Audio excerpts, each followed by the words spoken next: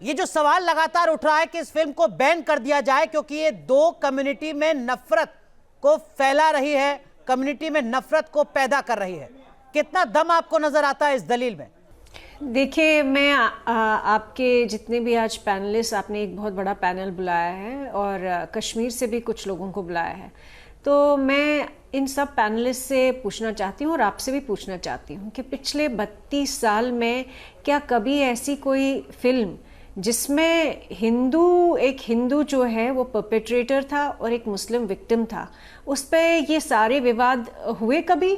हैदर में जहाँ पे पूरा भारत के खिलाफ एक मूवी बनाई गई और भारतीय सेना के खिलाफ भी वो मूवी थी, कहीं पे आपने ये सुना कि ये नफरत फैला रहा है भारतीय सेना के खिलाफ? कहीं पे आपने देखा कोई प्रदर्शन हुआ, किसी ने कहा कि इसको बैन कीजिए?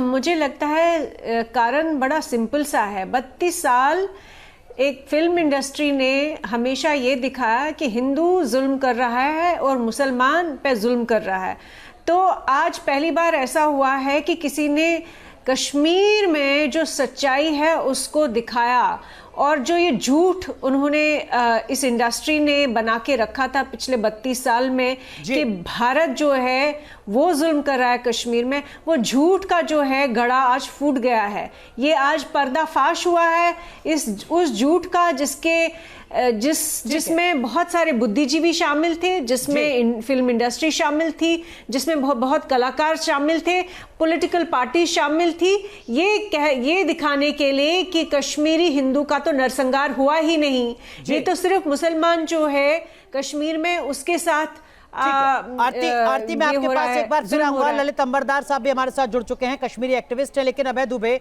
मुकेश शर्मा आपकी पार्टी के नेता हैं, विधायक रहे हैं दिल्ली में, वो मांग कर रहे हैं कि इस फिल्म को बैन कर दिया जाए। क्यों सेकुलर खेमा या सेकुलर पॉलिटिकल पार्टी जो खुद को कहती हैं, उनको इस फिल्म से बेचैनी है, इस फिल्म से डर है? क्यों उनको लगता है कि ये फिल्म नहीं देखनी चाहिए 2022 की आवाम को? देखिए, मैं तो देश के सभी नागरिकों से अपील करता हूं कि पिक्चर जरूर देखें और ये पिक्चर भारतीय जनता पार्टी को आईना दिखाती है। विश्वास मानिए, जब भी भारतीय जनता पार्टी की सत्ता की सरपरस्ती हुई है, कश्मीर में हिंदुओं का जम के नरसंहार हुआ है। ये फिल्म भी उसी आईने को परिलक्षित करती है। जैसा आपने अभी रणदीप सुरजेवाला जी का जिक्र किया, 90 के उस दशक में जब विश्वनाथ प्रताप सिंह को 85 सांसदों वाली भारतीय जनता पार्टी समर्थन देती है, तब 19 जनवरी को ये चस्पा कर दिया जाता है घरों पर कि अपनी बेटियों को छोड़ दो और हिंदू यहां से भाग जाओ, और कत्लेआम होता है। ये कत्लेआम का सिलसिला आपको क्या लगा सिर्फ 90 के दशक तक था? नहीं, 90 के दशक के बाद भी 2002 में क्वासिम नगर में जब केंद्र में भाजपा की सरकार थी, 29 हिंदुओं का नरसंहार हुआ। 2003 में नदी मार्ग में पूरे गांव को झाड़ के नीचे बिठाकर हिंदुओं के 4 माह की बच्ची से लेकर 80 साल की बुजुर्ग मां का कत्लेआम कर दिया गया। 2000 में पहलगाम में अमरनाथ यात्रियों पर हमला हुआ। 2001 में फिर अमरनाथ यात्रियों पर हमला हुआ। मोदी जी की सरकार की सत्ता की सरपरस्ती में 2017 में फिर अमरनाथ यात्रियों पर हमला हुआ।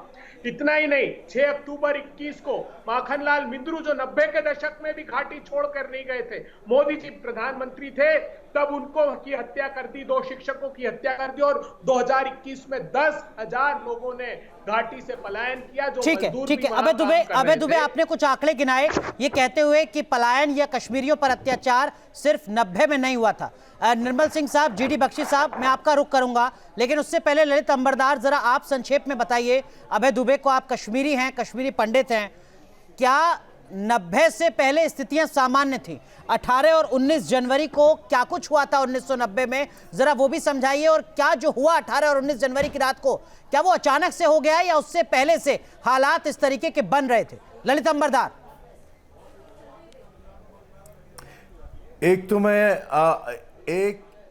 पहले तो मैं ये जो कांग्रेस के प्रवक्ता हैं उनको धन्यवाद देता हूं कि उन्होंने मान लिया कि कश्मीर में कश्मीरी हिंदुओं का नरसंहार हुआ है।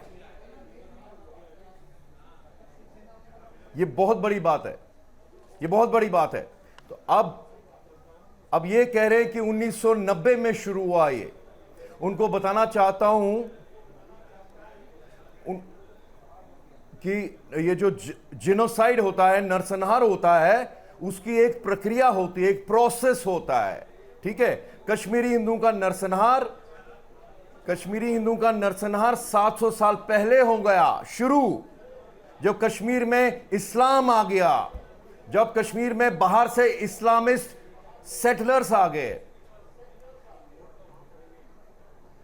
लेकिन आजाद भारत, ललित अंबरदार ज्यादा पुराना नहीं जाते हैं। 1947 के बाद, 1952 के बाद, देश की आजादी के बाद, पहले चुनाव के बाद, क्या कश्मीर में कश्मीरी पंडितों के खिलाफ जो कुछ हुआ वो वीपी सिंह की सरकार के वक्त हुआ? क्या 19 जनवरी 1990 की रात हुआ, या उससे पहले भी काफी कुछ हो रहा था? 1 मिनट दे दीजिए ना सर, 1 मिनट मुझे सुन लीजिए प्लीज, मैं पूरा बताऊंगा। अभी आ रहा हूं 1947 में। मैं ये कहना चाहता हूं, जो 700 साल से हमारा नरसंहार चल रहा था, जिसमें थोड़ी कमी आई थी जब हमारी अपील के ऊपर रणजीत सिंह ने सिख सेनाओं को कश्मीर में भेजा, उसके बाद डोगरा लोगों ने साम्राज्य संभाला कश्मीर का। वो 125 साल का दौर, हमारे 700 साल के नरसंहार के पीरियड में थोड़ी सी शांति मिली। तो जब 15 अगस्त हुआ, 20 अक्टूबर को जम्मू कश्मीर का विलय हुआ भारत के साथ, कानून के अनुसार हुआ, महाराजा हरि सिंह ने विलय पत्र पर दस्तखत किए थे, तो हमें लगा कि हमें 700 साल के बाद आजाद हिंदुस्तान में आजादी मिलेगी। तो नेहरू एंड कांग्रेस क्या करती है, 14 अगस्त 1947 को जिन हिंदुस्तान में पैदा हुए लाखों हिंदुस्तानियों का, उनकी गद्दारी का इनाम देती है, जो उन्होंने 16 अगस्त 1946 को किया था, वोट दिया था प्रोविंशियल असेंबली में, पाकिस्तान के नाम पे, इस्लाम के नाम पे, जिन्ना की 2 नेशन थ्योरी के नाम पे मुस्लिम लीग को वोट दिया था। लेकिन पाकिस्तान नहीं गए, 90% यही रह गए। और लेकिन कांग्रेस ने क्या किया, हिंदू और सिखों लाखों को उन पाकिस्तानी दरिंदों के हवाले छोड़ दिया। 25% थे, आज की तारीख में 1.5% रह गए पाकिस्तान में। अब जब हमारी बात आई तो क्या किया इन्होंने, 370 और 35 से शेख मोहम्मद अब्दुल्ला को देकर जम्मू कश्मीर में भारत की सरजमीन के ऊपर एक छोटा मोटा पाकिस्तान बना के दिया। हमारा नरसंहार रुका नहीं, और उस कड़ी के अंदर हमें डिमोनाइज किया। हमारे जो शिनाख्त है, कल्चरल शिनाख्त कश्मीर की, उस पे हमला किया। नौकरियों और कॉलेज के एडमिशन, ललित अंबरदार, आपने अपनी बात को तफसील से समझाया। वकार भट्टी, आपने सुना ललित अंबरदार को। ललित माफ कीजिए, देखिए ऐसे बात नहीं हो पाएगी। जो बाकी पैनलिस्ट हैं उनके पास भी मुझे जाना पड़ेगा। ललित अंबरदार, माफी के साथ बाकी पैनलिस्ट के पास भी जाना पड़ेगा। मैं आपके पास एक बार फिर आऊंगा, हमारे साथ एक बड़ा पैनल मौजूद है, मैं आऊंगा आपके पास। ललित अंबरदार, माफ कीजिए। वकार भट्टी, ललित अंबरदार लगातार कह रहे हैं कि देखिए, कश्मीर में कश्मीरी पंडितों पर अत्याचार लगातार एक कौम करती रही है, आजादी से पहले भी और आजादी के बाद भी, 90 से पहले भी और 90 के दरमियान जो हुआ वो तो अब इस वक्त पूरी दुनिया देख रही है। जी, वो 700 साल से हिस्ट्री सिखा रहे थे। चलो मैं 700 साल से नहीं, मैं 1947 के बाद बताऊंगा कि किस कौम ने किसका कत्लेआम किया। तो फिर अगर हम 1947 के बाद की बात करें तो सांबा, कठुआ, जम्मू, उधमपुर के मुसलमानों को एक जगह इकट्ठा करके फिर उनकी गर्दनें काट के उनकी माऊ बहनों बेटियों को घर में बसा दिया था कि तुम हमारी पत्नियां बनो, मर्द तो तुम्हारे मर गए। वो जिनोसाइड भी दुनिया को पता है, उसके ऊपर भी चर्चा और फिल्म बननी चाहिए। फिर हम आते हैं कश्मीर की तरफ। तो कश्मीर की तरफ कितना जिनोसाइड हुआ, 87 से गन किसने उठवाई, किसने बगावत पर मजबूर किया कश्मीरियों को, ये इस पर भी बात होनी चाहिए, इस पर भी फिल्म बननी चाहिए। हाँ, 1990 में कश्मीरी पंडित अगर मारे गए तो उसका दुख मैं भी मनाऊंगा, उसकी मजम्मत मैं भी करूंगा। लेकिन इनके ऊपर वो हिम्मत नहीं है, इनके पास वो दम नहीं है कि जो मुसलमानों का जिनोसाइड हुआ है 1990 के बाद या 1990 में हुआ, उसके ऊपर ये बात नहीं करेंगे। कुनन पुष्पुरा की ललित अंबरदार, जवाब दीजिए संक्षेप में। कुनन पुष्पुरा में उस काली रात में काले जिन्होंने मुंह किए, उस पर बात नहीं करेंगे। ये जोरीपुंज में हजारों मुसलमानों का कत्लेआम किया, उस पर ये बात नहीं करेंगे। सिखों का, बोलिए ललित अंबरदार, बोलिए आप।